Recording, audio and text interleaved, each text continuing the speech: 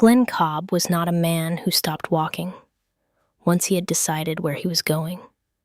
He had farmed the same 180 acres in Harlan County for 22 years, and he moved through his mornings with the economy of someone who understood that daylight was a fixed resource and waste was a kind of debt. So when he pulled his truck into Vera Boone's lane on that February morning in 1975, he came with a purpose. His cattle were running short on hay. He had put up 31 bales the previous summer, and the winter had taken more than he planned for, and he knew Vera had surplus from her upper field. He needed 8 rolls. He had the money in his shirt pocket. He parked near the barn, and Vera came out of the house before he reached the door, already dressed, already moving the way she always was in the mornings. She told him the surplus hay was in the back of the storage shed, and she would walk him to it. They went around the east side of the barn through the frozen grass, and then the path turned south and took them along the fence line that bordered the lower pasture. Glenn stopped. He did not say anything at first. He put both hands on the top rail of the fence and looked out at the field and stayed there. Vera's cattle were grazing. 23 Angus Cross cows standing in the snow, working through a stand of tall fescue that came up above their knees in the low spots and brushed their bellies at the center of the field. The grass was green. Not the pale, dead green of dormant winter pasture, but a deep, dark, living green that had no business being there in February, in a county where the temperature had not climbed above 30 degrees in 11 days. The cows were not huddled. They were spread across the field in the way cattle spread when feed is abundant, and they are not competing for it. Their winter coats were thick and full, and their hip bones were covered, and they moved with the unhurried patience of animals that were not hungry. Glenn's own cattle were in a lot behind his barn 1/2 a mile north. He had fed them that morning before he drove over here. They were doing all right, but they were not doing this. He asked her what they were eating. She said grass. He asked how long they had been on that field. She said since November. He looked at her and then looked back at the cattle. He asked if she had given them anything else. She said mineral blocks. Glenn Cobb stood at that fence for 12 minutes. He knew the number because he looked at his watch when he arrived, and again when he finally stepped back. His cattle were a 1/2 mile away, and they needed their afternoon feeding, and he had 8 bales to haul before the temperature dropped again. He stood there anyway. He did not buy the hay. He drove home without it. And that evening, he sat at his kitchen table and told his wife what he had seen. She asked him what it meant. He said he was not entirely sure yet, but that he intended to find out. His wife told her sister 2 days later. Her sister mentioned it at the feed store on Water Street. The feed store carried it to the co-op on the edge of town. And the story traveled the way all stories travel in a county where everyone has known everyone else since before they could read. But this time it traveled differently. Not as a joke, as a fact that people were trying to figure out what to do with. What none of them knew yet, and what would take most of them several more years to fully understand, was that the morning Glenn Cobb stood at that fence was not the beginning of the story. It was somewhere near the middle. The beginning was 4 months earlier at an auction outside Flemington on a cold Saturday in October, where a dead man's notebook changed hands for $47 and nobody but the buyer understood what had just happened. The auction that morning had been running since 8 o'clock. Earl Dawson had been calling sales in Harlan County since 1951, and he moved through a lot with the practiced speed of a man who had long since stopped finding anything surprising in what people would and would not pay for. By 10:30, he had moved through 2 tractors, a set of disc harrows, 14 fence post drivers, a hay elevator with a bent frame, and a collection of hand tools that went in a lot for $6 even. He was doing well enough on the morning. Then he reached the box of paper goods that Margaret Creed had brought in from her late husband's study. Walter Creed had died the previous February. He had been a soil conservationist by training and a meticulous observer by nature, and he had spent the last 12 years of his life conducting a private research project on 12 acres behind his house that no one in the county had paid much attention to when he was alive. His widow had packed his files into a cardboard box and brought them to the auction because she did not know what else to do with them, and the study was needed for other purposes. Earl held up the spiral-bound composition notebook by its wire binding, 2 fingers, letting it dangle in the October air. He told the crowd he had a notebook. Farm notes of some kind. Someone's record-keeping. He asked for $5. Nobody moved. He dropped to 2. A woman near the back of the crowd raised her hand.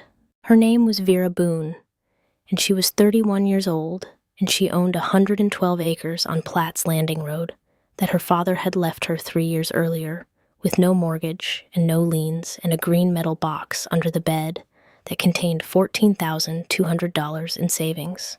She was not the sort of woman who drew attention to herself in a crowd. She was medium height, dark-haired, wearing a canvas work coat that had seen several hard winters, and she had the hands of someone who used them for actual labor, which in that county was common enough that it should not have set her apart. But there was something in the way she watched an auction, the stillness of someone who was not browsing but studying, that occasionally made people look twice.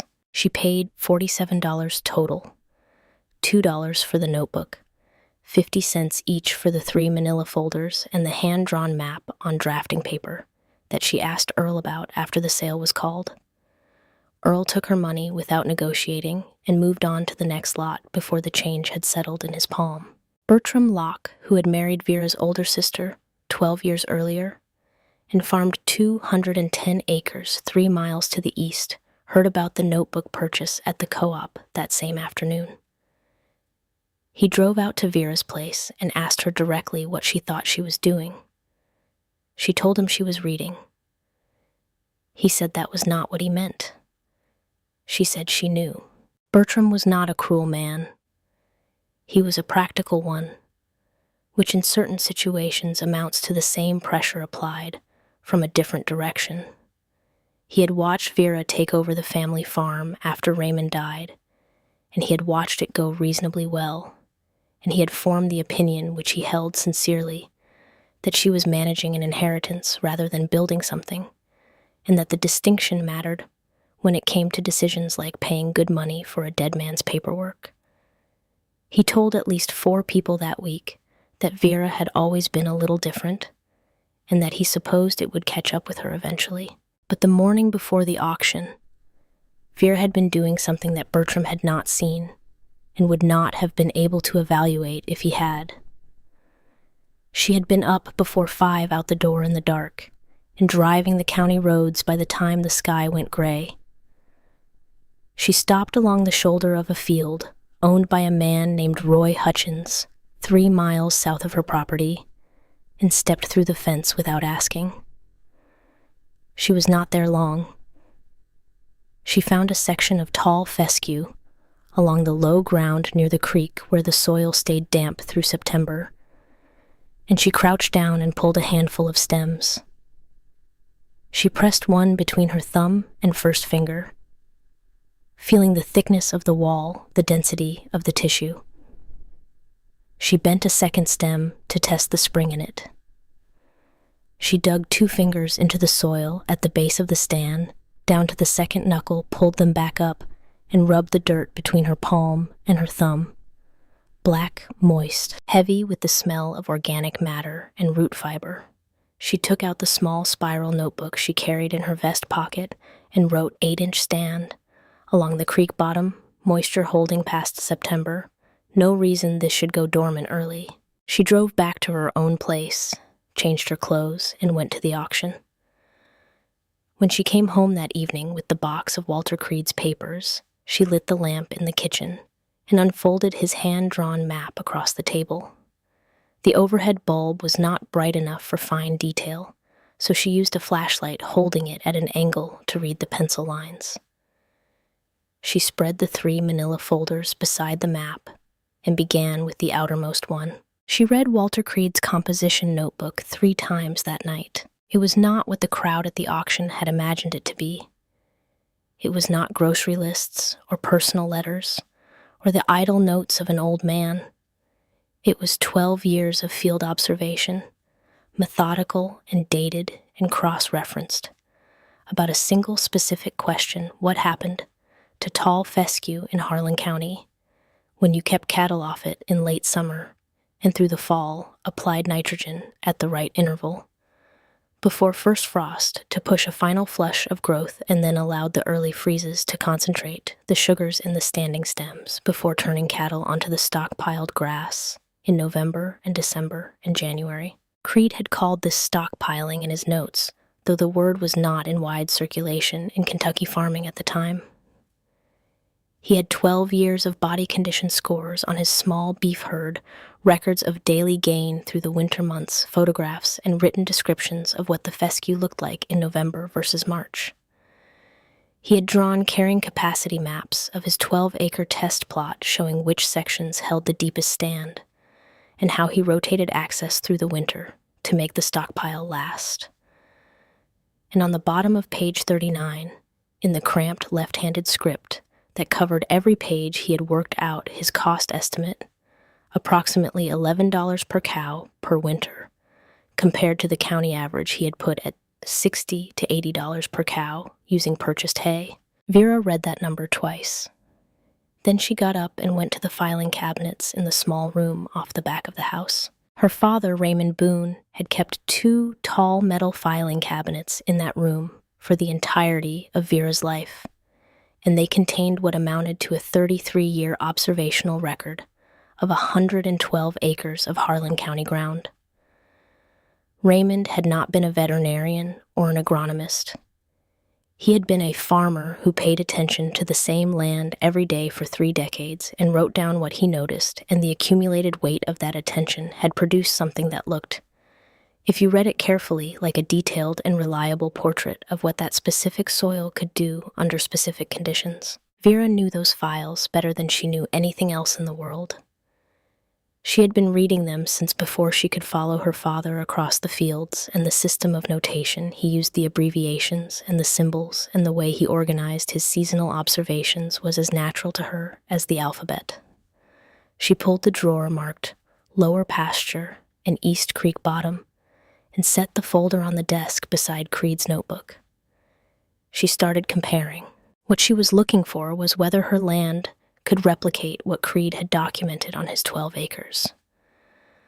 What she found over the next hour and a half of cross-referencing was that her Lower Creek pasture showed a fescue stand consistently deeper and more moisture retentive than anything Creed had mapped on his own property. Her father had noted in 1966 and again in 1969 that the lower pasture was still showing good green color in late October, which was precisely the precondition Creed described as essential for successful stockpiling. Her soil moisture records showed the kind of late summer retention that kept fescue growing into September when other fields had gone dormant. Her land could not just match what Creed had done. Her land could do it better. She stayed at the desk until past midnight. Then she closed both sets of records, straightened the folders, and went to turn off the kitchen light. She stopped at the table and looked at the composition notebook lying there in the lamplight, its cover water-stained, its wire spine intact. $47, she thought, and then she turned off the light and went to bed. She did not sleep for long. The third manila folder was the one she had not yet fully examined, and she opened it at the kitchen table before sunrise the next morning, with coffee going on the stove. She had assumed it contained supplementary maps or additional field notes. It did contain a map, But the other document in that folder was something she had not expected. It was a meeting record from the Harlan County Agricultural Association, dated September the 14th, 1970. The session had been called to review a formal presentation by Walter Creed of his research on cool season fescue stockpiling. The minutes were brief and businesslike in the way of official records that have been written to close a matter rather than document it. The association had reviewed the research and declined to recommend it for wider distribution on the grounds that it lacked adequate scientific verification and was considered insufficiently scalable for general county application. At the bottom of the document on the line marked Chairman of Session was a signature she recognized. Warren Briggs, Director of Agricultural Lending, First Harlan Bank. Vera sat with the document for a long time. She looked at the date 1970. She looked at the date of Walter Creed's death, which she had seen noted in the auction announcement, February 1974. 4 years between the rejection and his death. 4 years of continuing to work his 12-acre test plot in a county where no one at the official level had any interest in what he was finding. The man whose signature was on that document was 4 miles away behind a desk at First Harlan Bank, where he had been sitting for as long as Vera could remember. She set the document aside and picked up her coffee cup. Then she put it down and went back to the second filing cabinet, the one that held her father's correspondence, and opened the drawer marked 1969. The 2 letters were near the back of the drawer, behind a folder of seed invoices. They were written on plain white paper in a cramped left-handed script that was not her father's. The first was dated the spring of 1969 and addressed to Raymond Boone by name.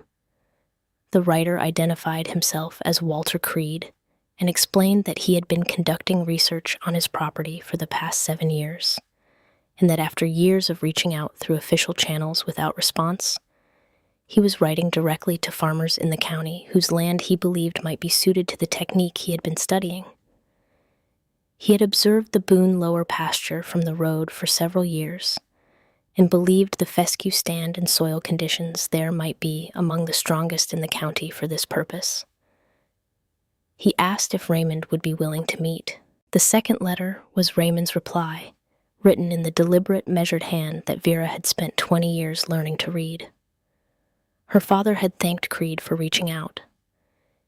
He had said that he had been watching his own lower pasture for several years and had noted the same qualities Creed described. He had said he would want to see 2 more seasons of data from Creed's test plot before he was comfortable committing the pasture to a new management approach. He had said he hoped they could continue the conversation.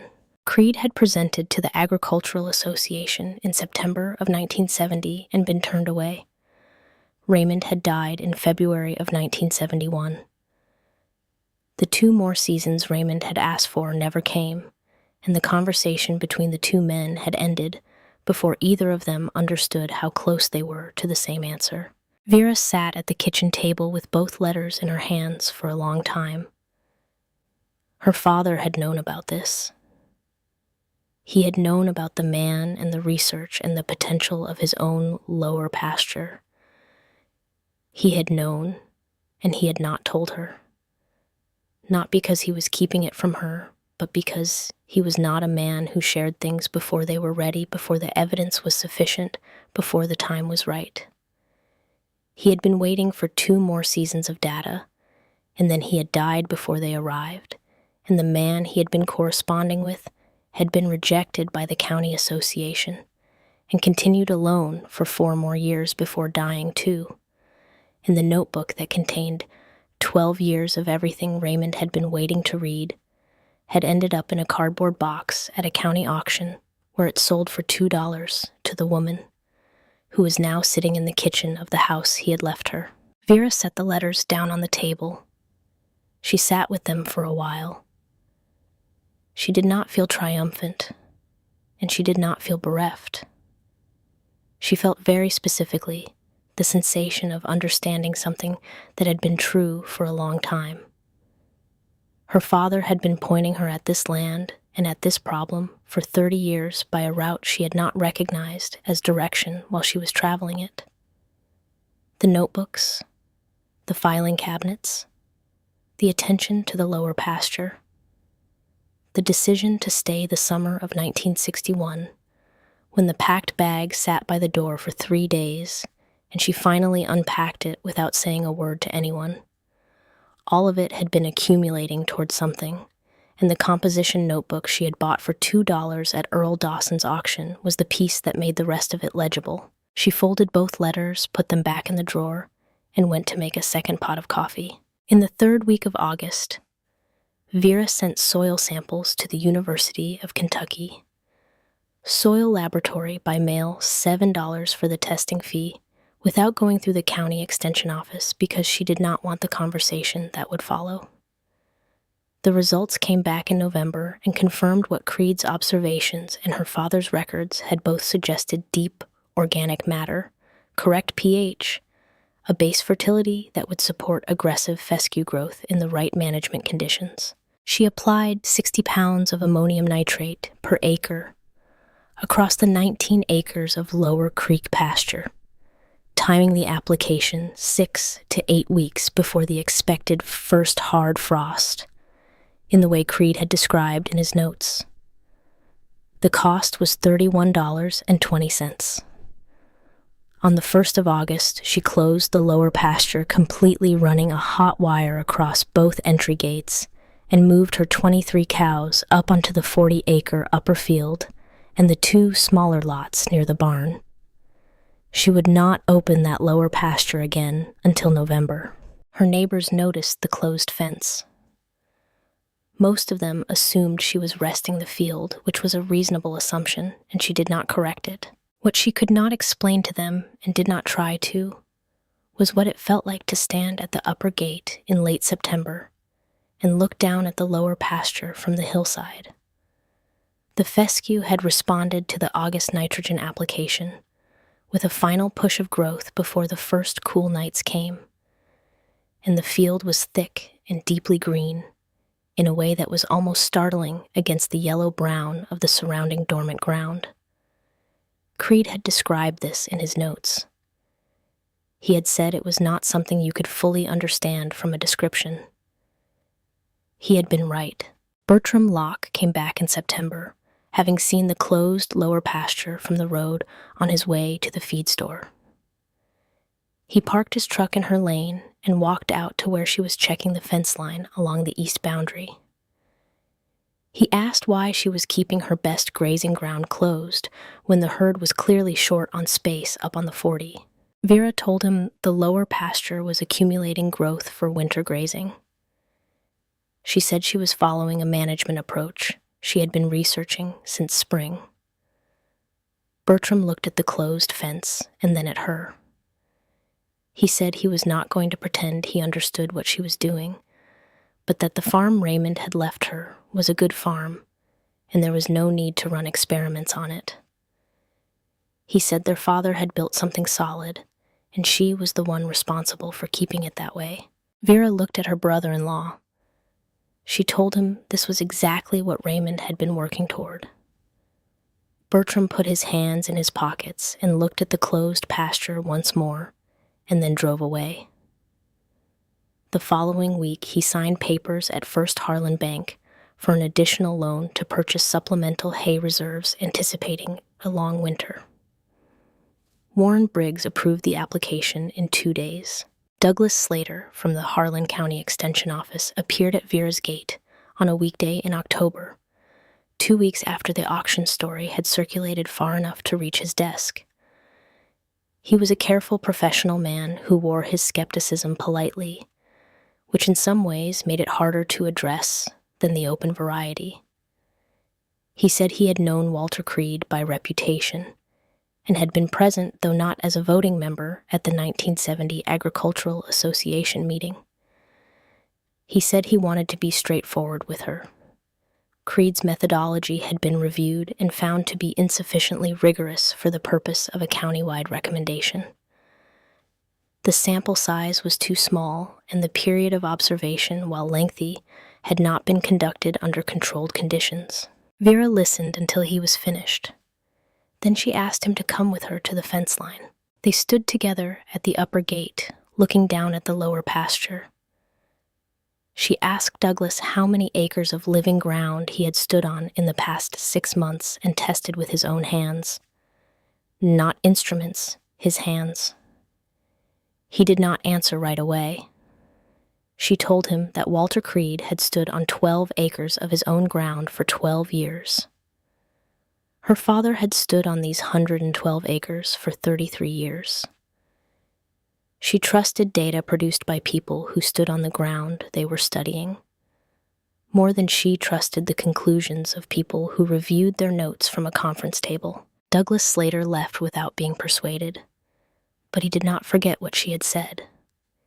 She could see it in the way he paused at his truck before getting in the brief stillness of a man reordering something. The 3rd of November was a Monday. The temperature that morning was 28 degrees, and a light frost had silvered the dead grass in the lane and along the fence posts. Vera ate breakfast in the kitchen, checked the aeration on the lower pasture water line, and walked to the south gate at 7:30. She unlatched it and swung it open and stood back. The fescue stood at 14 inches in the lowest section along the creek, 10 to 12 inches across most of the field. It had been hit by 2 light frosts and 1 hard freeze since late October, and the stems had responded the way Creed had described, the tissue thickening the color, deepening to a dark green that shaded to purple at the ground, the sugars concentrating in the lower stem where the cold could not reach. The field looked in the slant November light like something that should not exist in a county where every other pasture had been brown for 6 weeks. The cows walked through the gate with the deliberate confidence of animals moving towards something they recognized as good. They spread across the field without crowding, put their heads down, and did not look up. Vera latched the gate behind them and stood with her hands on the top rail. The morning was cold and quiet, and the only sound was the low movement of cattle through standing grass. There was no one else present. No neighbor had driven by yet. No one from the extension office. No one from the bank. No one who would have understood what they were looking at, even if they had been there. The world did not know this was happening, and would not know for some time. Vera stood at the gate for several minutes. Then she walked back to the house and started on the work of the day. February arrived with the particular cruelty of a midwinter month that knows it has nothing left to prove. The temperature held below freezing for 11 straight days, and the snow that had fallen in late January packed and crusted until it was navigable only in boots with traction, and the sky stayed the color of pewter from morning to night. Vera managed the stockpile by temporary electric fence, moving her cattle every 4 to 6 days to a fresh strip of the 19 acres, rationing the growth, the way her father had rationed water during the dry summer of 1963, not from scarcity, but from the discipline of making a good thing last. Glenn Cobb arrived on a Tuesday at 7:15 in the morning with the money for 8 bales in his shirt pocket and a practical errand to run. He needed hay. He had put up enough the previous summer, and the winter had outrun his estimate, which was the kind of thing that happened to careful farmers in hard winters and was not a failure of planning, but a consequence of weather. He had known Vera Boone all his life, had bought surplus hay from her father Teese, and he came to the transaction without any particular freight beyond the immediate need. He did not expect what he found at the lower pasture fence line. He stood for 12 minutes. Vera knew the number because she had work to do, and she waited for him to finish without rushing it. She had seen his expression before on her own face that November morning when the cattle walked through the gate. It was the expression of someone whose understanding of what was possible had just expanded by an increment they had not prepared for. When he finally stepped back from the fence, He turned and looked at her, the way a man looks when he's about to ask a question that he suspects will change the frame of something he has long considered settled. He asked what his cattle were eating. She told him. He asked how long. She told him. He asked about hay, and she said mineral blocks. He looked back at the pasture once more, and then at her again, and she watched him arrive at the number. He bought the 8 bales anyway because he still needed them. When he handed her the money, she told him the surplus was stacked in the back of the storage shed, and he could load it himself. He said he knew where it was. Then he said something that she had not expected him to say. He said that Raymond had always told him the lower pasture was the best ground on the properties, that there was something in the drainage and the soil depth that he had never been able to find anywhere else in the county. He said he had never known what Raymond meant by that until right now. Vera said her father knew the land. She said there had been a man named Walter Creed who had understood the land in a different way, and that the two of them had been working toward the same answer by different routes, and that neither one of them had lived long enough to see it come together. Glenn loaded the hay and drove north. He told his wife that evening. His wife told her sister. The story traveled, but this time it carried no laughter in it. It carried instead the weight of arithmetic, the slow public reckoning of a community beginning to add up what it had spent not knowing something that one woman on Platt's Landing Road had understood all along. In the last week of January, Vera had stopped at the feed store on Water Street and asked in the tone of someone making general conversation what the going rate for supplemental winter feeding was running that year for a basic cow-calf operation. The man behind the counter said it depended on whether you were buying local or from the dealer on Route 32, but most folks were coming in somewhere between $65 and $90 a cow before the winter was out. Vera thanked him and left. She tallied her own costs that evening at the kitchen table. $31.20 for August nitrogen, $16.40 for 4 mineral blocks at $4.10 apiece, and $47 for the notebook, which she included in the total because she was honest in her accounting, and it was a legitimate input cost. Total $94.60. Divided across 23 cows, $4.11 per animal for the winter. She sat with that number for a while. $4.11 against the $65 to $90 the rest of the county was paying. She was not a woman who allowed herself much in the way of private celebration, but she permitted herself in the quiet of the kitchen, with the lamp burning and the filing cabinets visible through the open door of the back room, a moment of something that was not quite satisfaction and not quite grief, and was closer than either of them to the feeling of arriving, after a long and unannounced journey somewhere that had been waiting for you. Her father had known this ground for 33 years and had not found the key to it. Walter Creed had found the key on 12 acres behind his house and had been turned away by the people he tried to hand it to. And now the notebook that carried his 12 years of observation was sitting in the top drawer of her own filing cabinet, and the lower pasture outside was empty of cattle for the first time in 4 months because there was nothing left to eat, because 23 cows had grazed it clean without purchasing a single bale of hay from September until now. In the morning, she would go out and assess the fescue root system for spring recovery. She would make notes in her own composition notebook, the one she had started in October, using the same cramped left-handed script that was entirely her own. She would file those notes in the second filing cabinet, the empty one, and that filing cabinet would not be empty for much longer.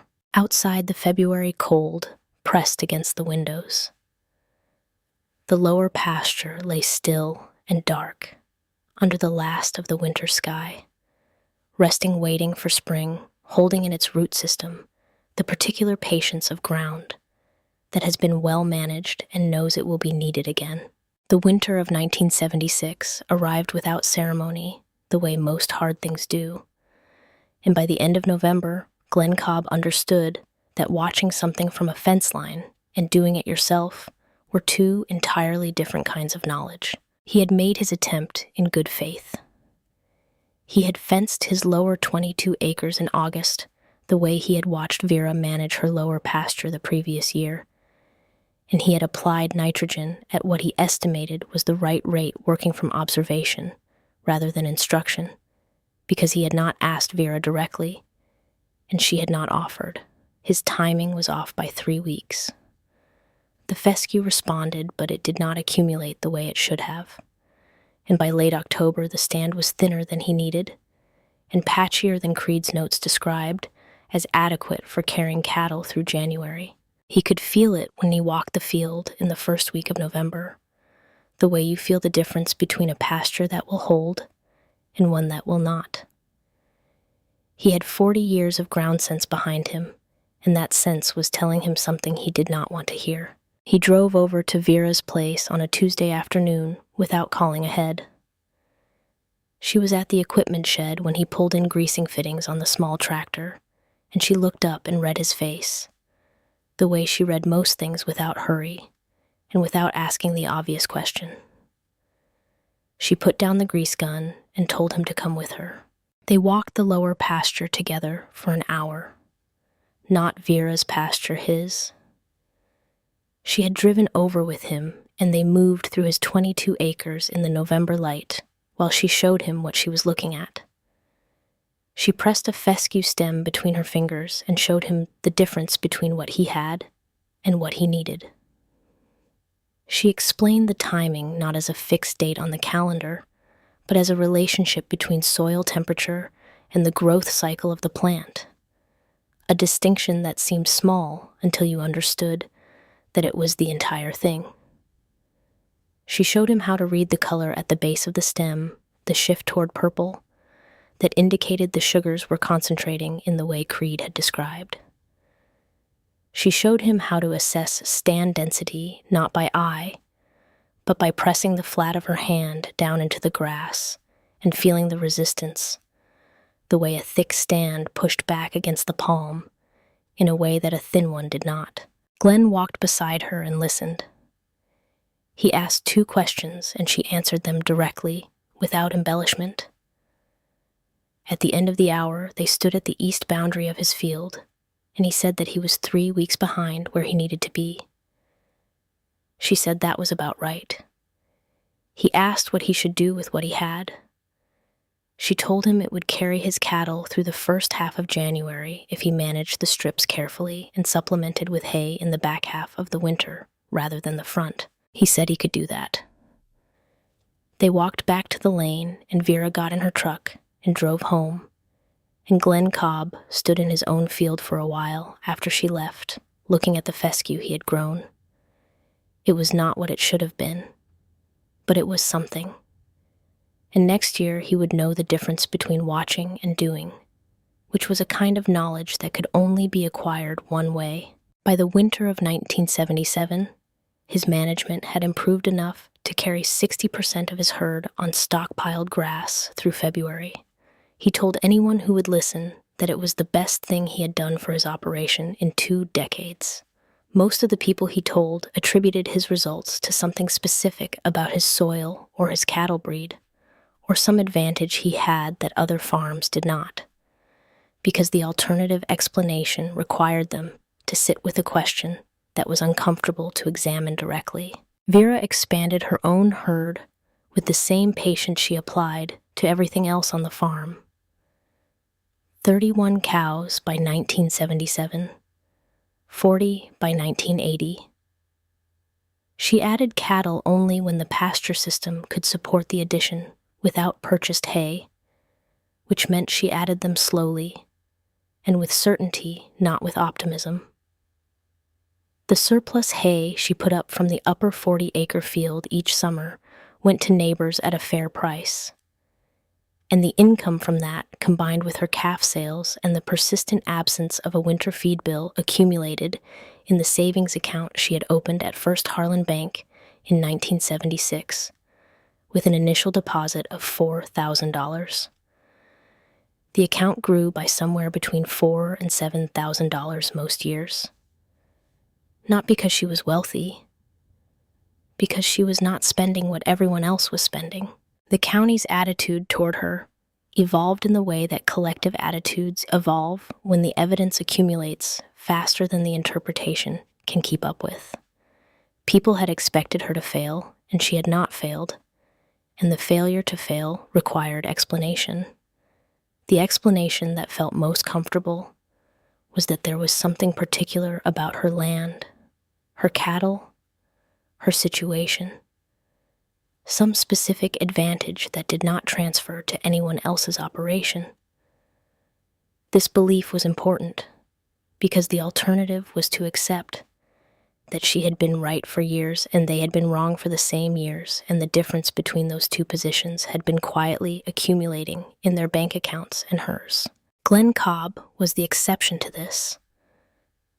Glenn had stood at the fence in February of 1975 and had seen what he had seen, and he was a man who trusted his own eyes more than he trusted county consensus.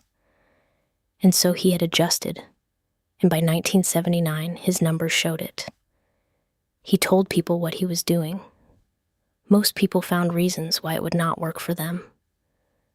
Then came December of 1978, and the storm that Vera had not prepared for. Of all the things that could be said about the 17 years that followed, that November morning in 1974, when Vera first opened the lower pasture gate, this single night stands apart from every other. Not because of what happened, because of what almost happened, and because of what she did when the choice was directly in front of her and the distance between the two options was the width of a telephone. The storm came in from the northwest on a Wednesday evening, and it did not stop for 36 hours. By Thursday morning, there was 18 inches of new snow on the ground in Harlan County, heavy and packed, and still coming down, and the temperature had dropped to 15 degrees below zero. Vera had cattle in the lower pasture. She had 35 cows on the stockpile, which was carrying well and had been for 6 weeks, and the strips were rationed in the way she had learned to ration them, and everything had been functioning as it should, until the snow exceeded what the cattle could manage. She went out at first light on Thursday and stood at the fence. The fescue was under 18 inches of packed snow. The cows were clustered at the east end of the current strip, standing close together, turning their heads toward her when she appeared. They had not been able to graze since the previous afternoon, and there was nothing on the surface of that field they could reach. She went back inside. She took Walter Creed's composition notebook from the filing cabinet drawer, where she kept it behind the August soil test results and in front of her own first notebook from 1974. She opened it to the section she needed. Creed had described a snow event in the winter of 1967. 14 inches, temperature -12. He had written that the cattle had been able to paw through the pack within 3 days as temperatures moderated slightly and the snow surface crusted in a way that allowed the hooves to break through. He had not supplemented. The cows had come through the event in adequate condition. She read that entry 3 times. 14 inches. Not 18. -12. Not -15. Creed's event and her event were related, but they were not the same event, and the difference between them was not nothing. She knew this. She sat at the kitchen table with the notebook open in front of her and the telephone on the wall beside the door, and she knew that Glenn Cobb had surplus hay. He had put up more than he needed this season because he had a good summer and the equipment to handle the volume. And she had seen his stack barn from the road in October, and it was full. He would sell her 15 bales before breakfast without asking a single question. He would understand. She sat at the table for a long time. The kitchen was cold because she had not yet built the morning fire, and her breath was faint in the air before her, and the light outside the window was the flat, gray-white of a sky that had been snowing for a day and was considering whether it was finished. The notebook was open. The telephone was on the wall. The two objects occupied the same small room, and the distance between them was less than 10 feet. And it was also, she understood, sitting there in the cold, the distance between everything she had committed to and the first retreat from it. She read Creed's 1967 entry a fourth time. She read the adjacent note about fescue tissue temperature, the observation he had made about the way a healthy stockpiled stand retained internal stem warmth even under significant snow load, the cells maintaining enough metabolic activity to prevent freezing. She read it a fifth time.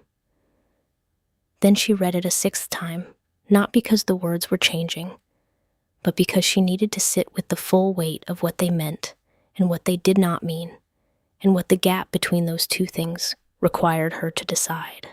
Then she closed the notebook and placed it on the table and looked at the telephone. She sat there until the light outside changed from gray-white to white. Then she put the notebook back in the drawer, built the kitchen fire, and started the coffee. On the third day, the temperature came up 4 degrees, and the snow surface crusted in the way Creed had described. Vera watched from the fence as her cattle began to work the crust, with their front hooves breaking through to the grass below. By afternoon, they were grazing. She stood at the fence and watched them, with her arms folded against the cold. And she did not say anything to anyone. And she would not say anything to anyone for a very long time. She had not purchased hay. She had not supplemented. The herd came through the event in condition. That was when she assessed them the following week, consistent with where they had been before the storm. She made a note in her own notebook. 18-inch snow event, -15 at lowest point, 3 days impaired access herd, recovered, without intervention. Creed's 1967 observation holds at greater extremes than his test conditions. The critical variable is stem condition at time of snowfall, not snow depth. She filed the note and did not mention the 3 days to anyone. A week after the storm, Bertram Locke stopped by on his way back from the feed store and found her at the fence line, checking the strip rotation. He walked over and looked at the cattle, and then at her, and said he heard she had had a rough time of it in the storm. She asked who told him that. He said Earl Dixon at the co-op had mentioned that no one had seen her at the hay dealer during the worst of it. She said Earl Dixon would benefit from having something more substantial to occupy his attention. Bertram looked at the cattle which were grazing normally on the current strip, and then looked at her, and there was something in his face that was neither approval nor disapproval, but was closer to the reluctant acknowledgement of a man who has been wrong about something for several years and has not yet decided what to do with that information. He said he had spent $340 on supplemental hay in the past 2 months. She said she knew. He asked how. She said Earl Dixon told everyone everything he knew and could not be helped. Bertram stood at the fence for another moment, and then said something she had not heard him say before. He asked if there was a way he could try this in his own lower field the following year. She said his ground was different from hers, and she would need to walk it before she could tell him anything useful. He said he understood, but Bertram did not change his management the following year. Not because he did not believe what he had seen. Because in 1979, he signed papers at First Harlan Bank for an additional $80,000 to buy new equipment and expand his herd, and the terms of that loan committed him to a production model that left no room for the kind of patient multi-year transition that stockpiling required. Warren Briggs had approved the application in 3 days. Warren Briggs had been the director of agricultural lending at First Harlan Bank since 1968, and the decade between 1970 and 1980 had been the best decade of his professional life. Land values were climbing. The federal government was encouraging farmers to expand.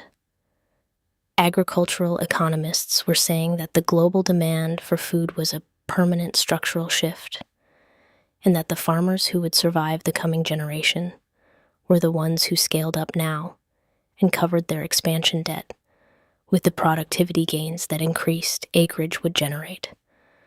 Briggs had sat behind his desk and extended the logic of this argument into 34 loan approvals between 1973 and 1980, totaling $2.3 million across Harlan County. He was not dishonest. He was confident in a framework that seemed at the time to have no obvious ceiling. He told farmers what they wanted to hear in the language of numbers, and the numbers at the time they were presented appeared to support the conclusions he was drawing. The error was not in the arithmetic.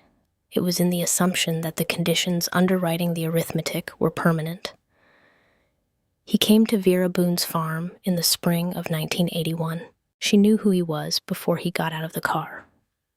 She had seen him at the bank twice over the years, and she knew his car, and she had known his name since the night she read the September 1970 meeting, minutes from the Harlan County Agricultural Association.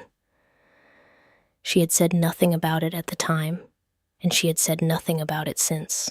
She had put his name and his signature in a part of her memory where she kept things that were not yet useful but might become so. He came to the door with a briefcase and the measured cordiality of a man who delivered the same general message to different people and had learned to calibrate the opening to fit the recipient. He told her she had good land that was not being fully optimized.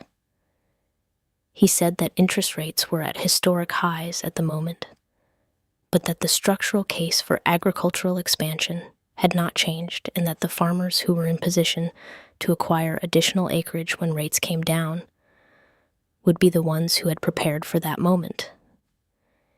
He could offer her terms that would allow her to use the equity in her property to finance a controlled expansion, now at a locked rate, with a repayment structure that assumed a return to more normal market conditions within 4 years. She let him finish. Then she asked him what the current balance of debt on her farm was. He said he would need to check his records. She told him she could save him the trouble. The number was 0. The farm had carried no debt since her father paid it off before his death, and it carried no debt now.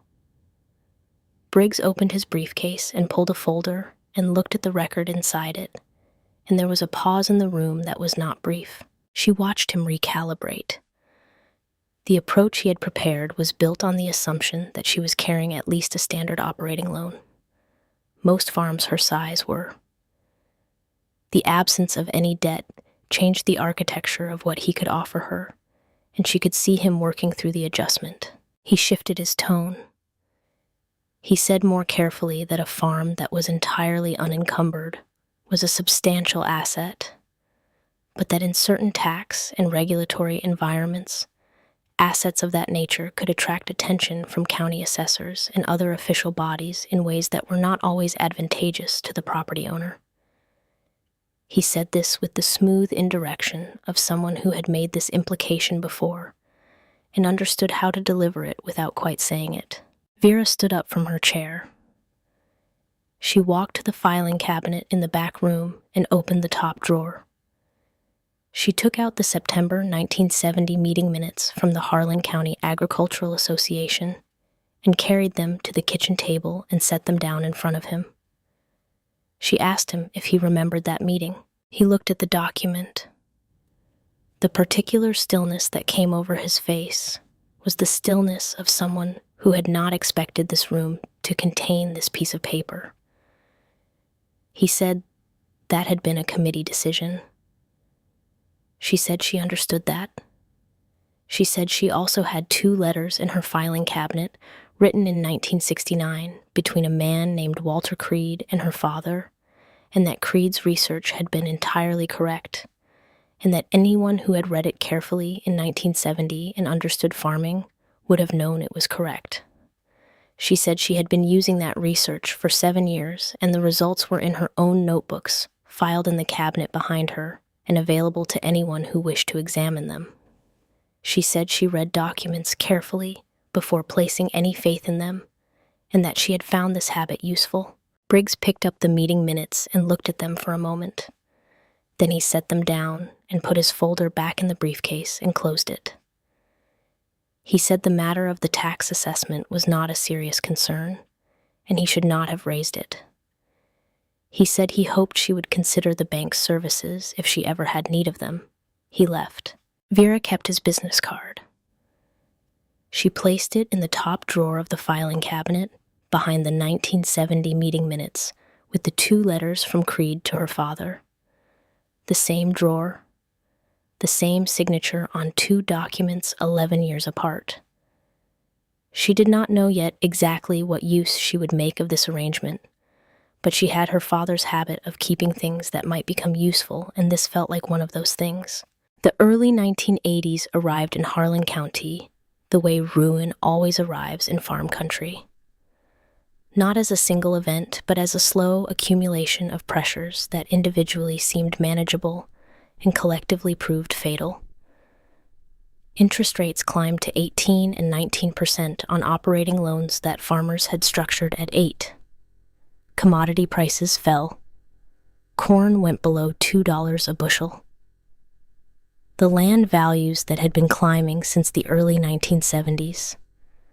The values that had served as the collateral justifying the expansion loans that Warren Briggs and men like him had been writing since 1973, began to fall, and as they fell, the equity that had been underwriting the debt evaporated, and what was left was a note with no floor under it.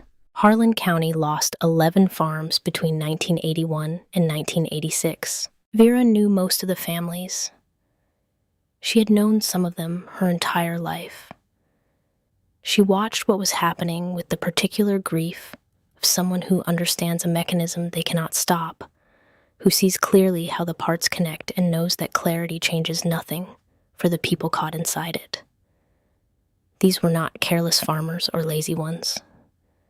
They were people who had done what the bank and the extension office and the agricultural economists and the federal incentive programs had collectively told them to do, and who were now discovering that the system that had made those instructions seem reasonable had stopped working, and that the failure of the system was not something anyone was going to be held accountable for, except the people who had followed its advice. She kept her own records.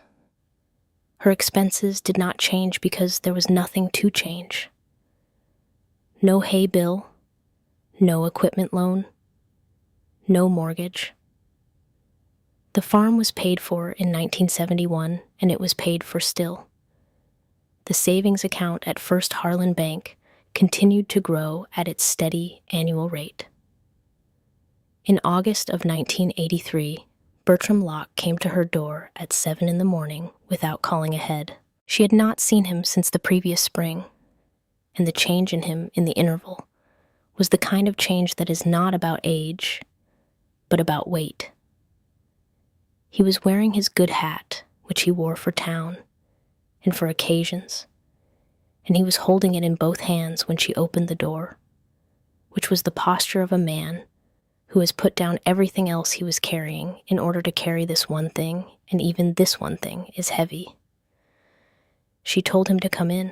He sat at the kitchen table and said what he had come to say without preamble, because Bertram Locke had always been a man who believed that delaying a difficult thing did not make it smaller. The bank was calling his note in October. 210 acres, the buildings and the equipment would go to auction the following spring. He had spent 2 weeks exploring every option he could identify, and this was what remained. He asked her if she would want to buy the property before it went to public sale at whatever fair market value she could establish. She sat with this for a moment. She looked at her brother-in-law across the table, this man who had driven out to her farm in 1974 and told her she was wasting her inheritance on a dead man's paperwork, who had returned in 1978 and told her she was running experiments on her father's legacy, who had stood at the fence in 2 different winters and watched her cattle graze in conditions that his own cattle could not survive, and had not been able to bring himself to make the change that would have changed his situation. He was not a bad man. He was a man who had believed the people he trusted, and the people he trusted had been wrong in ways that were now showing up in the arithmetic of his life, with a precision that no one could dispute. She said 210 acres was more than she could take on at that time. She said it plainly, and she watched him receive it with the nod of someone who had known the answer before he asked but had needed to hear it spoken. She asked if he had looked at separating the equipment from the land sale, whether that might reduce the total debt enough to restructure with the bank.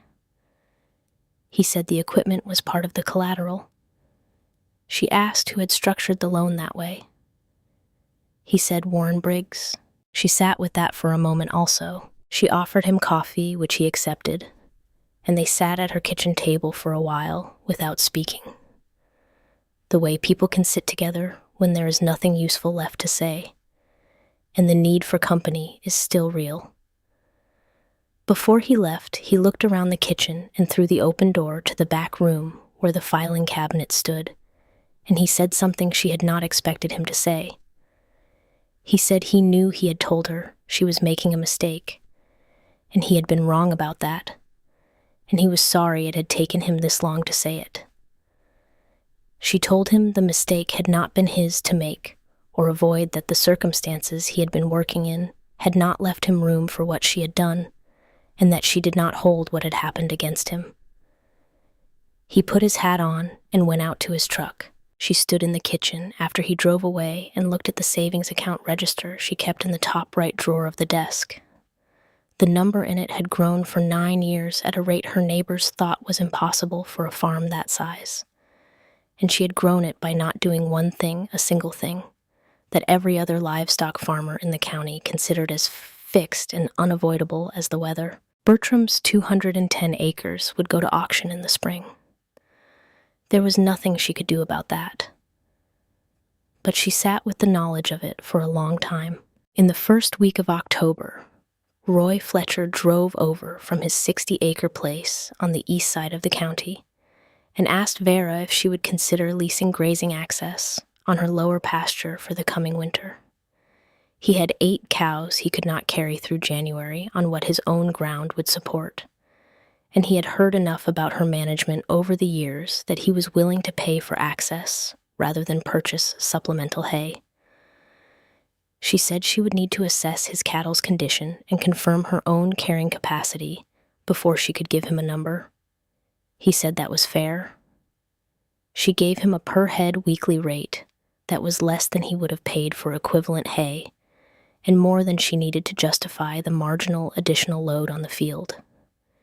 He accepted without negotiating. It was the first time someone had paid her directly for the system, rather than for the surplus her system produced. She noted the amount in the farm ledger and did not remark on it further.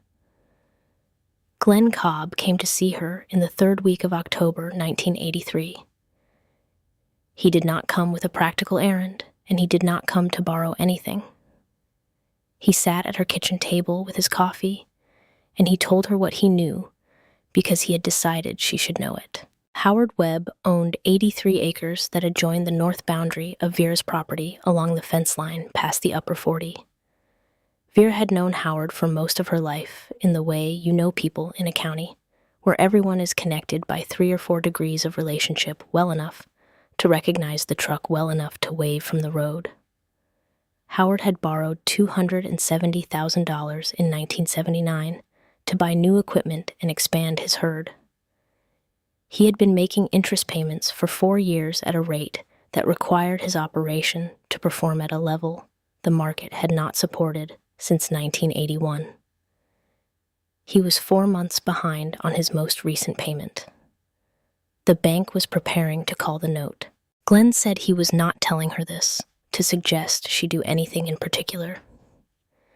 He said he was telling her because her north fence line ran the entire length of Howard's eastern boundary, and because Howard's lower creek pasture had a fescue stand that Glenn estimated was comparable to hers, and because he thought she ought to know the shape of the situation before the shape was announced publicly. Vera asked who had written the loan. Glenn said Warren Briggs. She asked how Glenn knew that. He said Howard had mentioned it when the trouble started, because he was trying to understand what options he had, and because he knew that Glenn had managed to come through the same decade without the same trouble, and he was looking for the explanation. Vera sat with the information. After Glenn left, she put on her coat and drove north on Platt's Landing Road and turned onto the county road that ran along the western edge of Howard Webb's property. She drove it slowly the way she drove when she was reading rather than traveling. She stopped twice. She got out once at the low section near the creek crossing and stepped to the fence line and looked at the fescue in the field beyond. The stand was heavy. It was late in the season, and the grass had not been managed. The way she managed hers had not had the summer nitrogen or the rotational restraint that produced maximum stockpile depth. But the underlying soil was good, and the location along the creek drainage was almost a mirror of her own lower pasture. The potential was there. She could see it the way her father had taught her to see it, not in what a field was doing, but in what it was capable of. She drove home and made notes in her own ledger. Not about Howard Webb's situation, but about the land itself, the drainage patterns. She had observed the stand density in the visible sections, the soil color at the creek edge, where erosion had cut back the bank and exposed the profile. She had 83 acres of notes to add to what her father had written in 1965, when Raymond Boone had observed that same lower field from the road, and written in his careful compressed hand that there was something in the drainage and the soil depth along the Webb Creek bottom that he had not been able to find anywhere else in the county. He had written that if the property ever became available, he would want to look at it seriously. He had written that the fescue potential there was exceptional. The property was becoming available. She went back to the savings account register in the top right drawer of the desk and sat with the number in it for a long time. Then she took out a separate piece of paper and began to work through the arithmetic of what she had, what she could sell before spring, and what the gap between those two numbers would need to look like if the auction for Howard Webb's 83 acres took place in April, and she intended to be there when the hammer came down. The number she arrived at was not impossible. It was not comfortable. But it was not impossible, and for Vera Boone, who had spent 9 years learning the difference between a thing that was difficult and a thing that could not be done, that distinction was the only one that mattered. She put the paper in the desk drawer and went to bed. In the morning, she would check the strip rotation in the lower pasture and assess the carrying capacity through February, and begin the slow, careful process of identifying what she could convert to cash before the spring auction season. She would do it the way she did everything methodically, without rushing, without telling anyone what she was preparing for until the preparation was complete. Outside, the October cold pressed in from the north.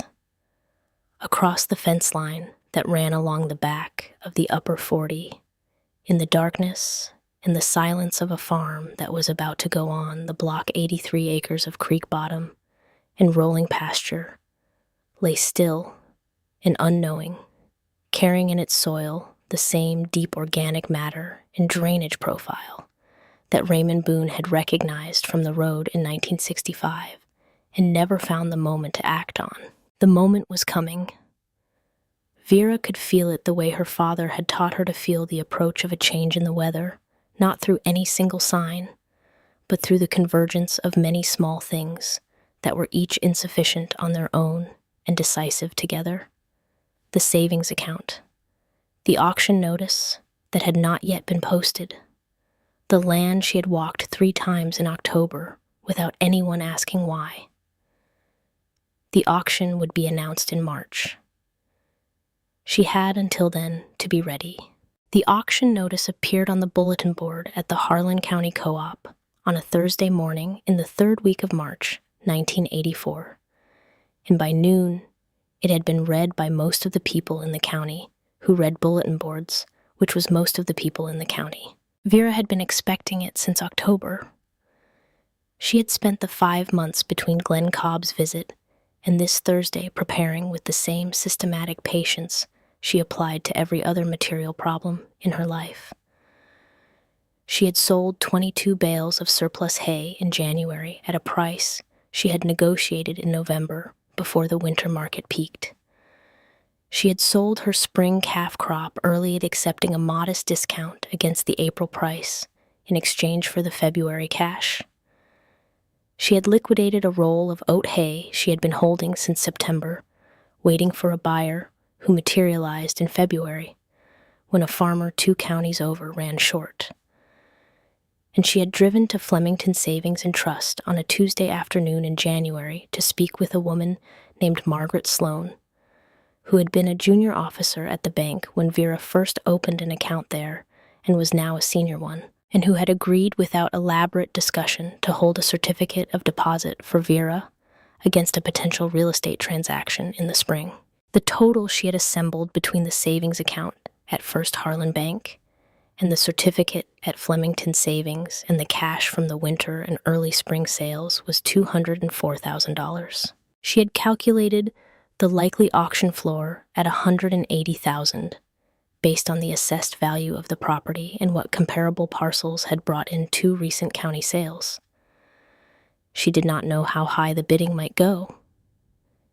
She knew what the land was worth to her, which was a different calculation from what it might be worth to someone else, and she had set her ceiling at $220,000, above which she would not follow regardless of who was still bidding.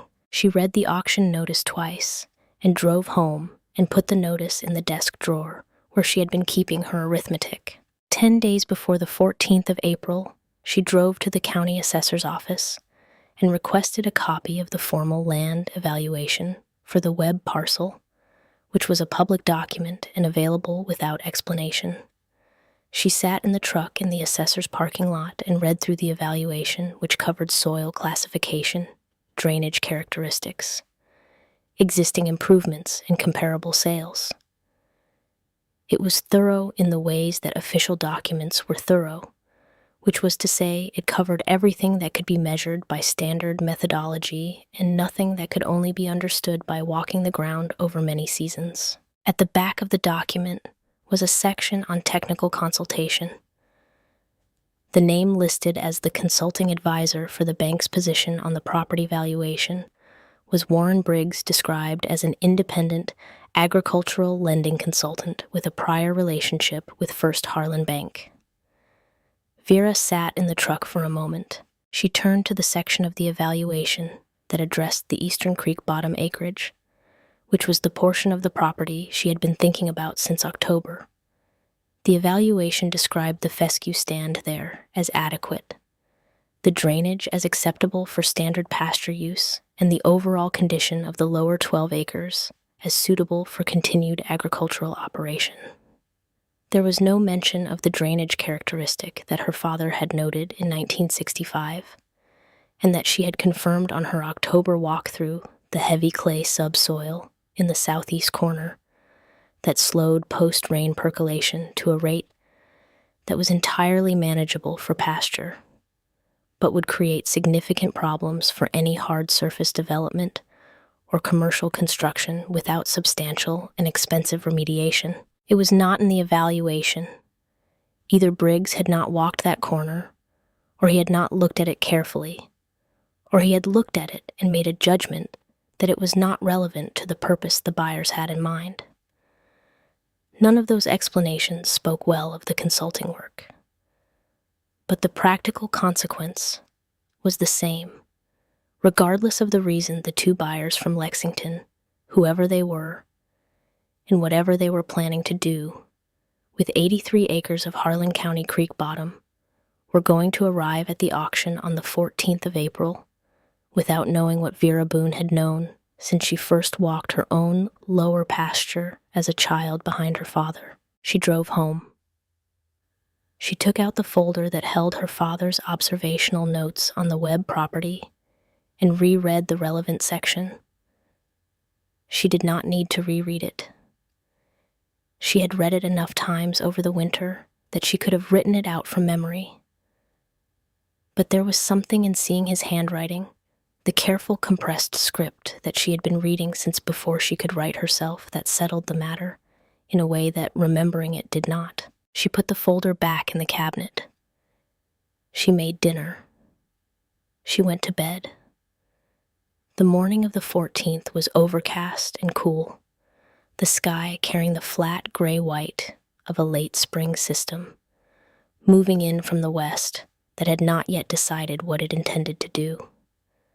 Vera dressed in her good work clothes, which were different from her field clothes in that they had been washed more recently, and drove to the Webb farm at 8:30 an hour before the auction was scheduled to start. The field was already filling. Harlan County auctions drew the way Harlan County auctions always drew, not just buyers, but observers, the neighbors, and the curious, and the ones who came because they had known the family and felt that presence was a form of respect, even if there was nothing useful they could do.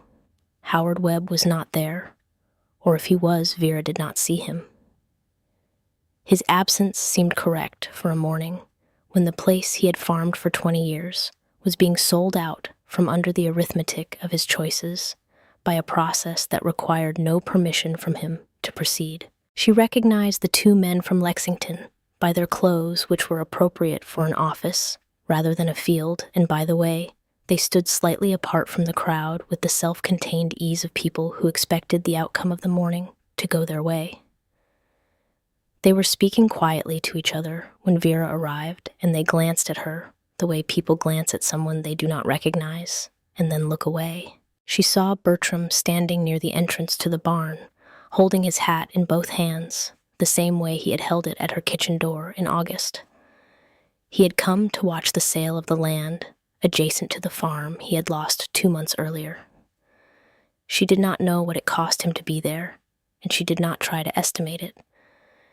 She caught his eye when she passed and gave him the small nod that people who have known each other a long time give when there is nothing useful to say, but presence matters, and he returned it. Glenn Cobb was at the back near the equipment shed. He had his arms crossed and was watching the Lexington men with the particular attention of someone who has already formed a conclusion and is waiting to see if the evidence confirms it. Earl Dawson's son was running this auction, having taken over his father's business 3 years prior, and he had his father's pace, if not quite his father's instinct for the room.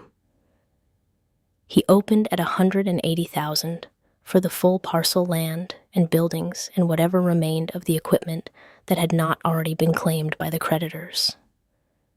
The local farmers who had been standing in the back sections began dropping out as the number climbed. Not because they lacked interest, but because the arithmetic of what the land could produce at current commodity prices did not support what the bidding required. By the time the number reached $194,000, the local contingent was gone, and it was down to the two men from Lexington and the woman in the clean work coat standing at the back. Vera raised her hand at $194,000. The Lexington men went to 196. She went to 198. They paused, consulting each other with the brief efficiency of people who had done this before. Then they went to 200,000. She raised her hand. 202,000. One of the Lexington men broke from the pair and walked toward her with the measured approach of someone who has decided that a private conversation is more efficient than a public bidding war. He said in a tone that managed to be both polite and dismissive that this was a commercial development project, that they were representing a firm with substantial capital resources, and that continuing to bid against them was unlikely to serve her interests given the gap in their respective financial positions. Vera looked at him without changing her expression. She said she appreciated him taking the time to speak with her. Then she said in a voice that was level and unremarkable that the 12-acre section in the southeast corner of the property, the one along the drainage line past the old fence crossing, had a clay subsoil issue that appeared to have been omitted from the current evaluation. She said post-rain percolation in that section ran at a rate that made any hard surface development impractical without significant drainage remediation, the kind that ran to engineering costs and permits and timelines that would affect the overall project economics in ways that a current buyer might want to factor in before committing to a final number. She said her father had first noted it in 1965, and she had confirmed it herself in the fall.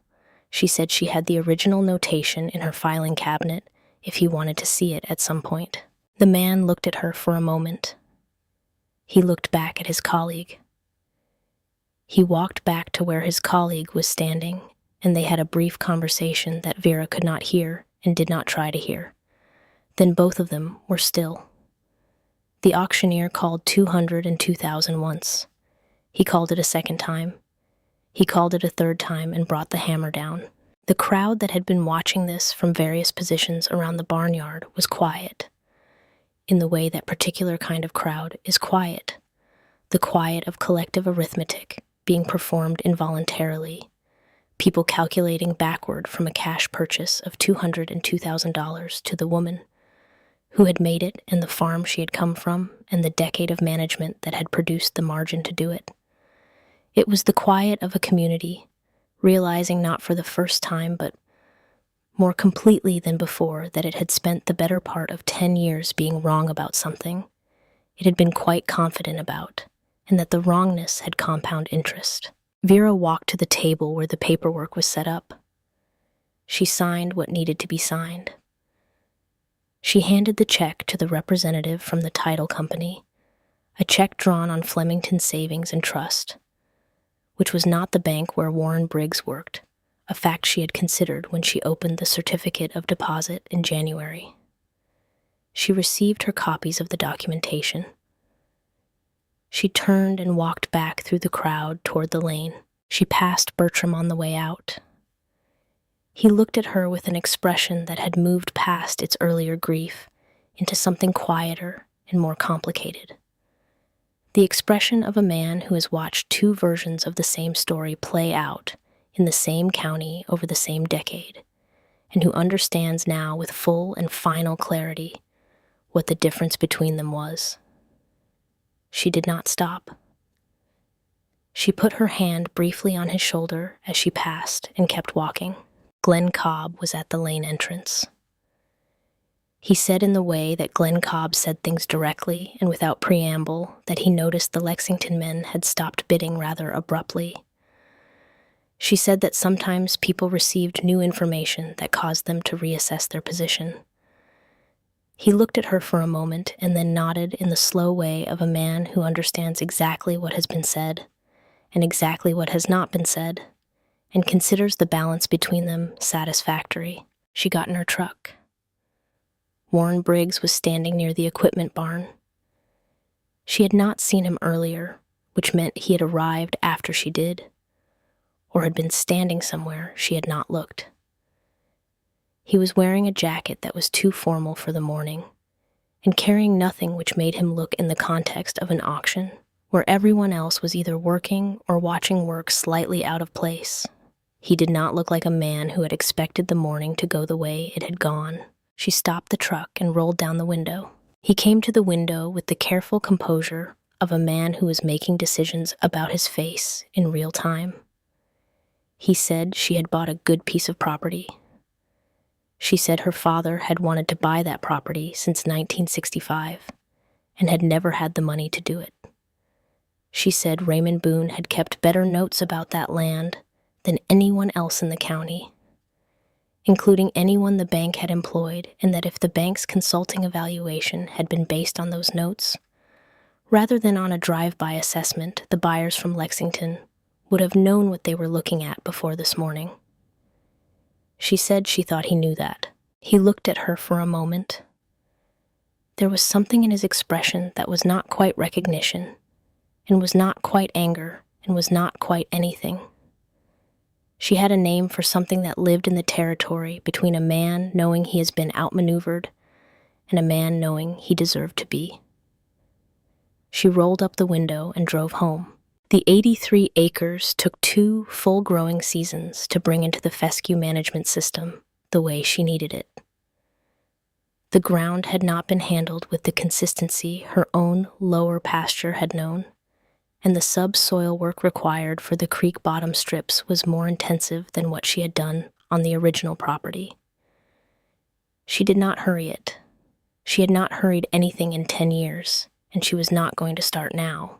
By the late 1980s, she was running 104 cows through the winter on stockpiled grass across the combined property, and her per-cow winter cost had risen to approximately $18 almost entirely from increased nitrogen and mineral prices rather than from any change in the fundamental approach.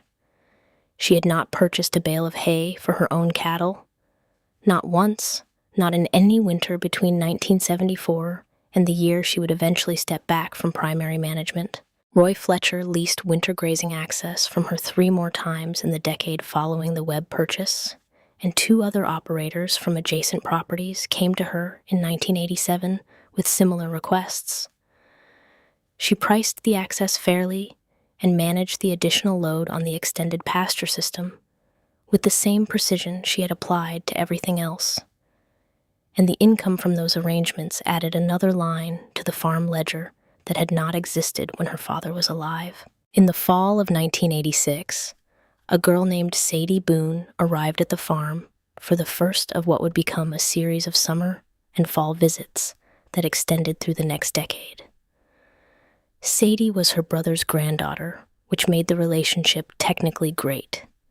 Niece, a word that Vera found unnecessarily complicated and never used.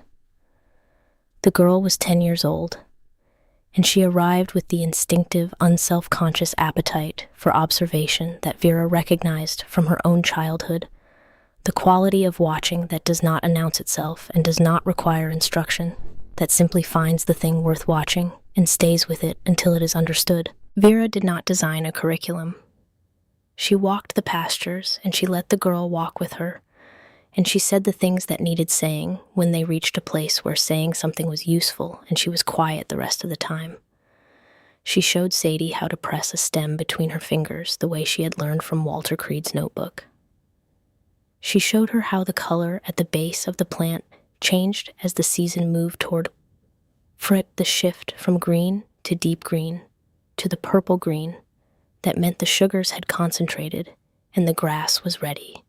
She showed her how to read the drainage on a piece of ground, not from maps, but from walking it after rain and watching where the water went and how fast it moved. By the time Sadie was 12, she could read stem color at the base of a fescue stand and estimate carrying capacity from stand density, with a margin of error that was within the range Vera considered acceptable for someone who had not yet been doing it for a decade. By the time she was 14, she was keeping her own notes in a composition notebook she had started on her own without being asked in the same cramped left-handed script that was entirely hers. Vera watched this develop without comment. She had not told Sadie to keep notes. She had not told her what script to use or what to observe or how to organize what she was seeing. The girl had grown up watching an aunt write things down in a specific way and had absorbed the habit the way children absorb all their most important habits through proximity and repetition, and the slow accumulation of days spent in the company of someone who does the thing without explaining why. One afternoon in October, when Sadie was 12, and they were walking the south section of the old Webb pasture, checking the strip rotation, the girl asked why Vera had not become a teacher. Vera said she was a teacher. Sadie said she meant at a school. Vera stopped walking and looked at the pasture for a moment, and then at her niece. She said the things she knew how to teach were not in any textbook she had seen, and that a classroom was a poor location for teaching things that could only be learned by standing in a field and paying attention. Sadie thought about this for a moment, and then asked where the things she was learning were written down.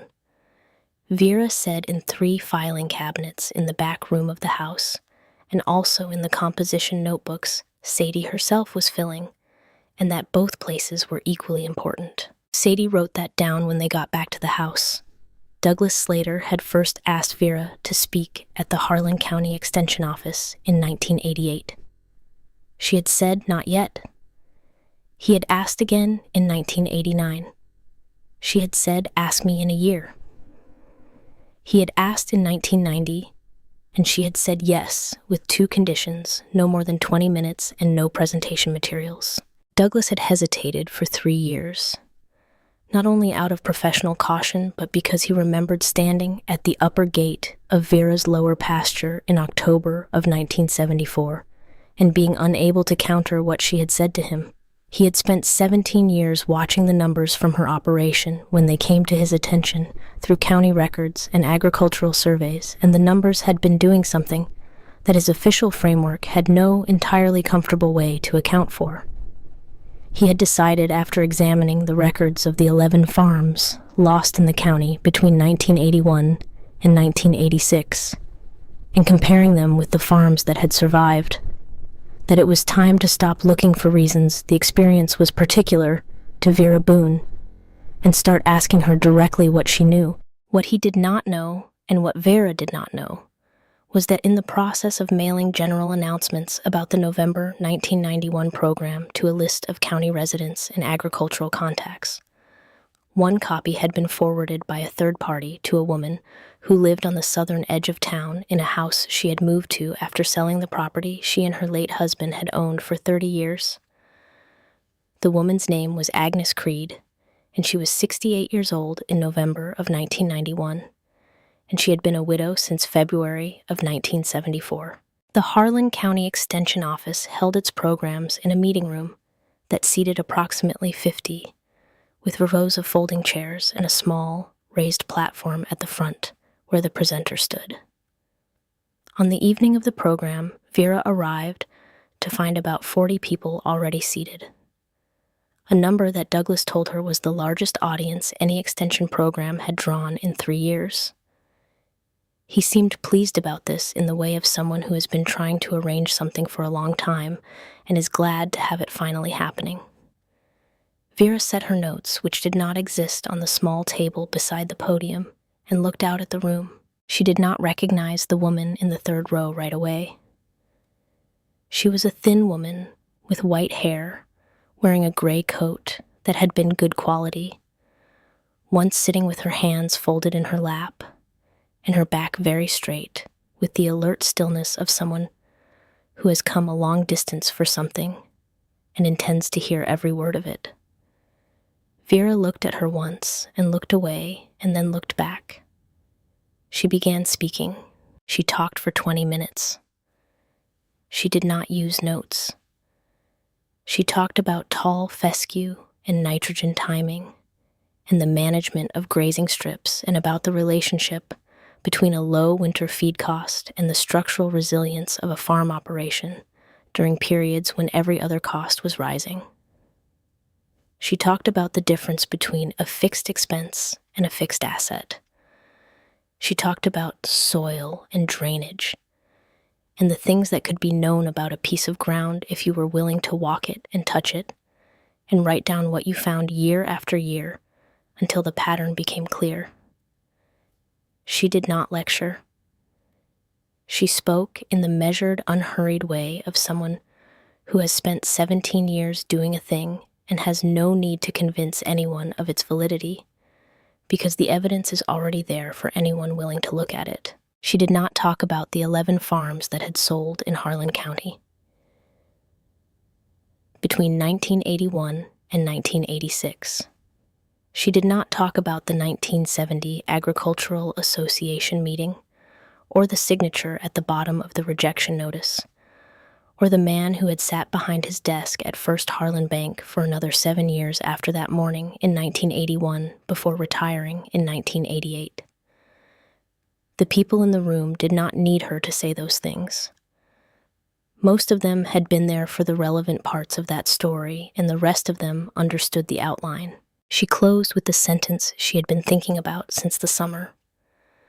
Not composing it consciously, but arriving at it the way you arrive at the thing you actually believe through the accumulated weight of everything you have done and seen and held and measured over a long time. She said a hay bill is a fixed cost you pay every winter, whether you can afford it or not.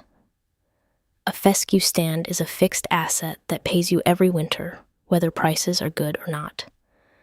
The difference between those two things is the difference between a farm that survives a bad decade and a farm that does not.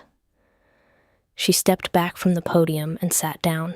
The room was quiet for a moment, in the way rooms are quiet when something has been said that requires a breath before the response begins.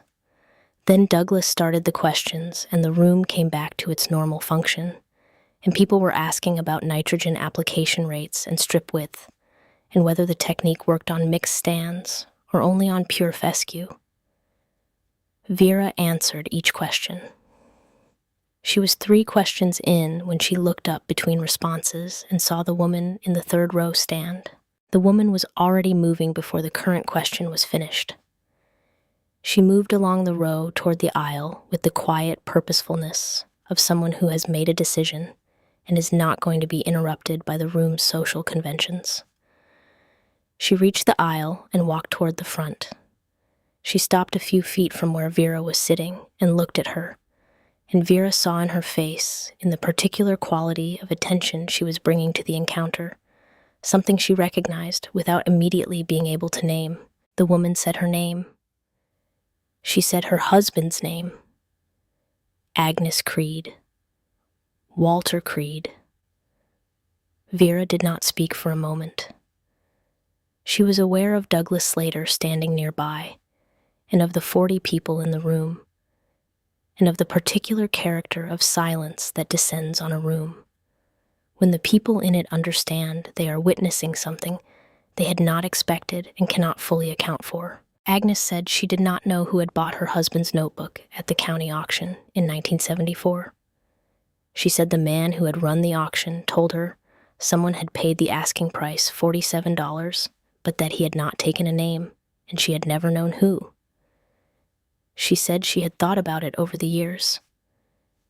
She said Walter had spent 12 years on his research and had not found a way to have it heard in his lifetime, and she had wondered sometimes whether it had been heard by anyone at all. Vera looked at Agnes Creed across the few feet of worn carpet between them, at this woman who had packed her husband's notebooks into a cardboard box and brought them to a county auction because she did not know what else to do with them, and she said I was the one who bought it. I paid $2 for the notebook and 50 cents each for the 3 folders and the map. Agnes stood with this for a moment. Her expression did not collapse into anything.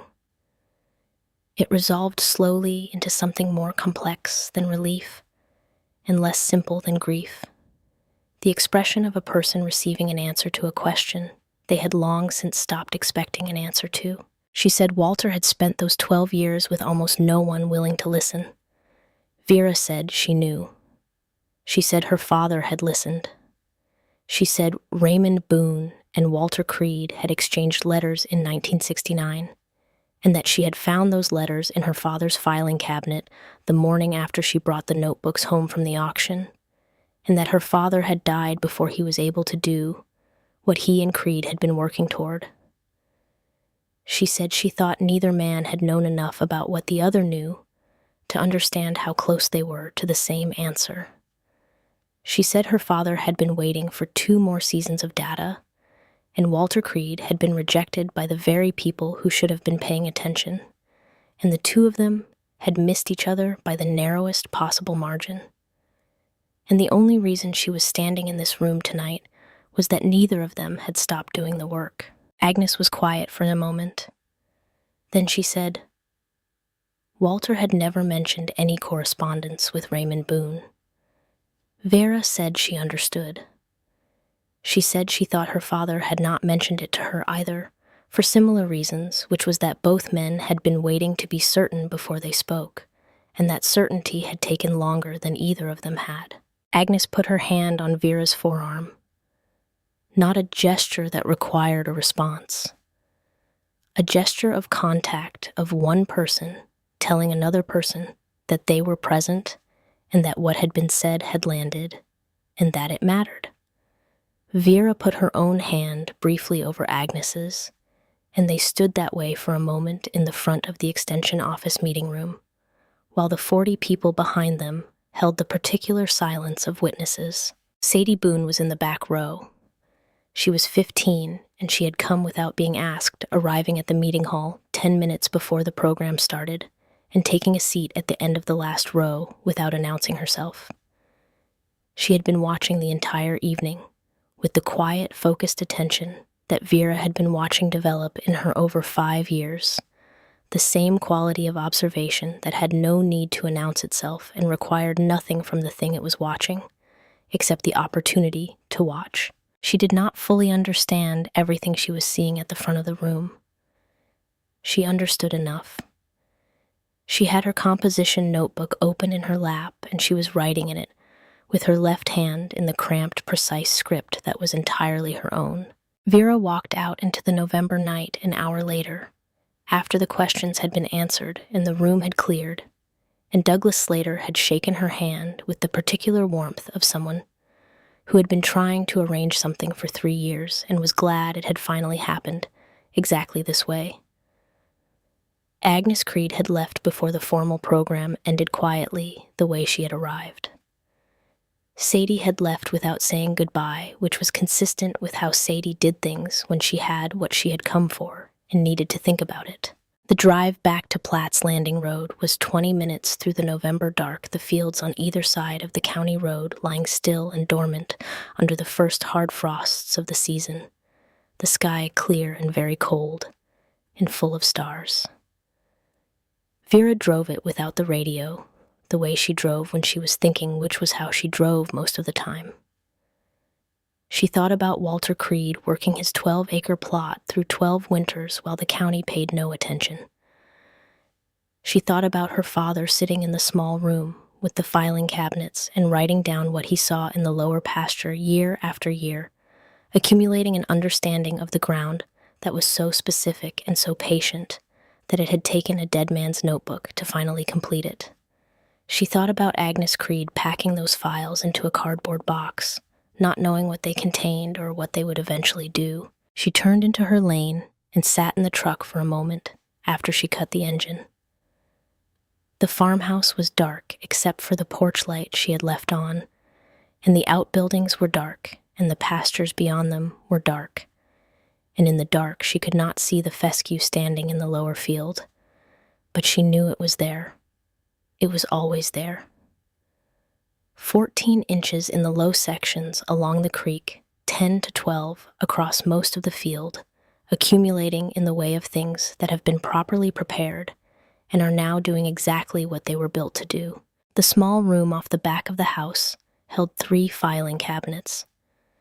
Now where there had been 2 when she first came back to the farm from the auction in October of 1974. Raymond's 2 original cabinets stood against the far wall, 33 years of observation, about 112 acres. His careful hand on every page beginning in 1938 and ending in the winter of 1971. Vera's cabinet stood beside them, 17 years of her own, notebooks stacked in the drawers, the accumulated record of what she had learned by doing what her father had prepared her to do, and Walter Creed had shown her how to do beginning in the winter of 1974 and not finished yet. In the top drawer of Vera's cabinet, behind the August 1974 soil test results, and in front of her first composition notebook was Walter Creed's spiral-bound composition notebook. The cover was water-stained, in the pattern it had carried since before she first opened it. The wire spine was intact. $47, including the 3 folders and the map. She had never regretted the price, not even in the years when $47 was not a small amount of money, not even in the years when the decision it represented had cost her other things she also valued. The price was accurate. The notebook was worth exactly what it had cost, and also everything that had come from it. And both of those things were true simultaneously. Also, in the top drawer clipped to the back of the 1970 Agricultural Association meeting minutes was Warren Briggs's business card. He had retired in 1988. The 8 farm operations that were still in his loan portfolio at the time of his retirement had been resolved through sale or foreclosure by 1989. First, Harlan Bank had closed the Flemington branch in 1993, citing insufficient operating volume. The main office continued under new management with a different name. The card had his title on it, Director of Agricultural Lending, and his direct telephone number and the bank's address, and nothing else. She had kept it because her father had taught her to keep things that might become useful. She had never found a use for it, but it lived in the drawer beside the document where his signature had first appeared, and the proximity of those two things was its own kind of record. The record of what it cost to be wrong about a thing that mattered, and to stay wrong about it for the length of a career, while the accounting played out in the lives of the people around you. She got out of the truck and went inside.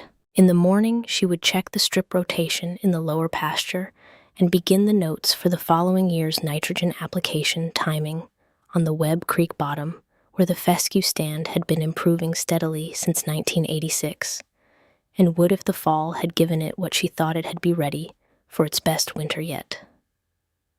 She would do this the way she had done it every morning for 17 years in the cold and the early light, with her composition notebook in the pocket of her canvas jacket, and her father's attention to the same ground running underneath her own attention like a second older current. Sadie would be back in the summer. She would bring her own notebook. She was already better at reading stem color than most people who had been doing it for a decade, which was not surprising given what she had been watching since she was 10 years old, and she was going to be better still. In time, she would have her own filing cabinet, her own accumulated record of what the combined 195 acres could do under careful management, her own 30 or 40 years of observation to add to what Raymond had started in 1938, and Vera had continued in 1974, and Walter Creed had contributed without ever knowing who would receive it. That was how the knowledge moved. Not through official channels or county meetings or the recommendations of lending institutions. Through the hands of people who walked the same ground, season after season, and wrote down what they found and kept the notebooks where someone else could find them. The 3 filing cabinets stood in the back room in the dark, holding between them more than 50 years of attention paid to one piece of land in Harlan County, Kentucky. Raymond's 33 years, Vera's 17 and counting. And in a notebook Sadie carried home from every visit the beginning of something that did not have a name yet, but would have one in time. The 3rd filing cabinet that was not yet a filing cabinet, but would be, because that was how these things worked, how they had always worked. The knowledge passing from hand to hand, down through the years in the cramped left-handed script of people who understood that what the land could teach you was worth writing down. Outside the November dark held the fields. The fescue stood in it patient and cold and deeply rooted, doing what well-tended things do in the dormant season. It waited for spring.